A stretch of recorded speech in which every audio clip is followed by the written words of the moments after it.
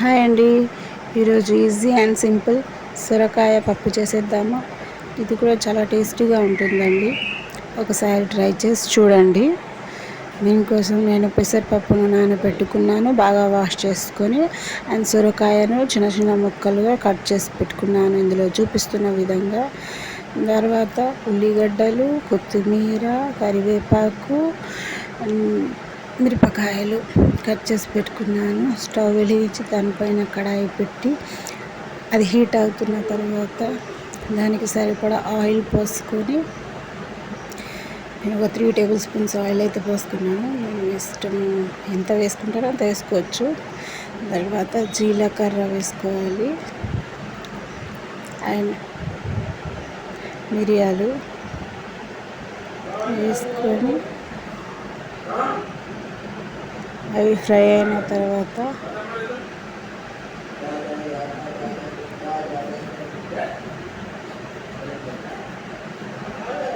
Onions వేసుకోవాలి.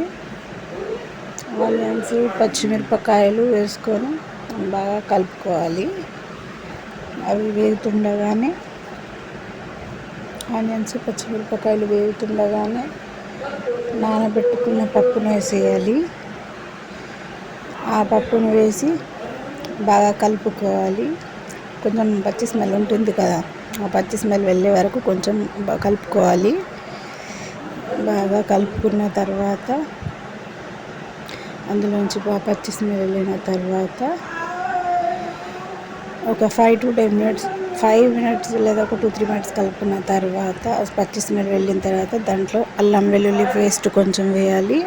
అది వేసిన తర్వాత బాగా కలుపుకోవాలి. బాగా కలుపుకున్న తర్వాత ముందుగా కట్ చేసి పెట్టుకున్న సొరకాయ ముక్కలను వేసుకోవాలి.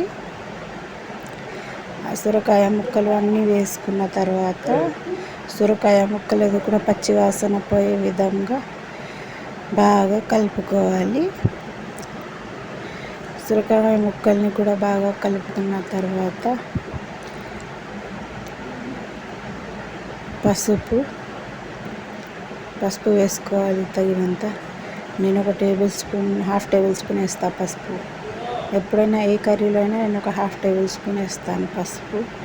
ఎక్కువ ఉంటే 1 టేబుల్ స్పూన్ లేదా హాఫ్ టేబుల్ స్పూన్. తర్వాత మా ఫ్యామిలీలో తినేవారు తక్కువ తింటారు కాబట్టి 1 టేబుల్ స్పూన్ కారం వేసుకుంటాను. మీరు మీ టేస్ట్కి సరిపడా, మీరు ఎక్కువ తింటే ఎక్కువ వేసుకోవచ్చు, తక్కువ తింటే తక్కువ వేసుకోవచ్చు. బట్ నేను పిల్లలు తింటారు అని తక్కువ వేస్తాను, బాగా ఎక్కువ వేయను. అందుకని 1 టేబుల్ స్పూన్ కారమే వేసాను. మీరు ఎక్కువ తినే వాళ్ళైతే ఎక్కువ కారం వేసుకోవచ్చు. బాగా కలుపుకొని ఇట్లా కలుపుకున్న మిశ్రమాన్ని ఇట్లా కలుపుకోవాలి. బాగా కలుపుకున్న 1 టేబుల్ స్పూన్ ధనియాల పొడి వేసుకోవాలి.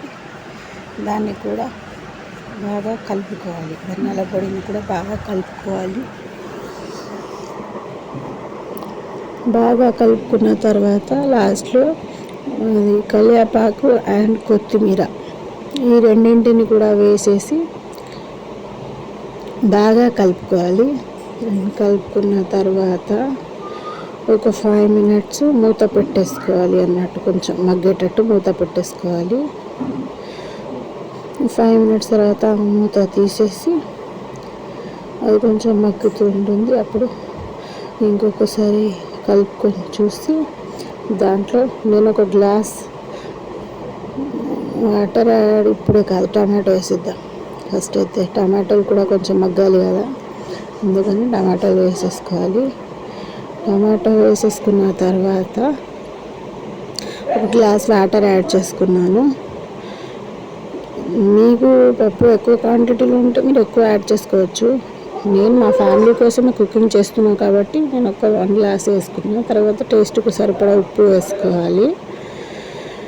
అండ్ ఈ మిశ్రమం అంతా కలిపి మగ్గడానికి ఒక 10 minutes వరకు మీడియం ఫ్లేమ్లో మూత పెట్టేసుకొని ఉంచాలి. ఒక 10 minutes. తర్వాత 10 minutes తర్వాత చేసి చూడాలి. చూసారా, దాంట్లో ఉన్న వాటర్ అంతా సింక్ అయిపోవడానికి వస్తుంది. మీరు కొంచెం లూజ్గా ఉండాలి కర్రీ అని అనుకుంటే ఇప్పుడు తీసేయచ్చు. బట్ నాకేంటంటే అందులో ఉన్న వాటర్ అంతా డ్రై అయిపోయిన తర్వాత టేస్ట్ బాగా వస్తుంది. కర్రీ కూడా చాలా బాగా కుదురుతుంది. అందుకని నేను దాన్ని ఇంకా డ్రై అవ్వడానికి ఉంచాను. చూడండి, డ్రై అయిపోయింది. అయిపోయిన తర్వాత చూడండి ఎంత టేస్టీగా కనిపిస్తుందో. దీన్ని మీరు రైస్లోకి కానీ లేదంటే చపాతీలోకి కానీ పూరీలోకి కానీ ట్రై చేసుకోవచ్చు. చాలా టేస్టీగా ఉంటుందండి. సింపుల్ అండ్ టేస్టీగా, అంటే మనం ఇంట్లో చేసుకునే విధంగా సింపుల్ అండ్ టేస్టీగా, ఎక్కువ మసాలాలు కూడా అక్కర్లేదు. ప్లీజ్ లైక్, షేర్, సబ్స్క్రైబ్ చేయండి.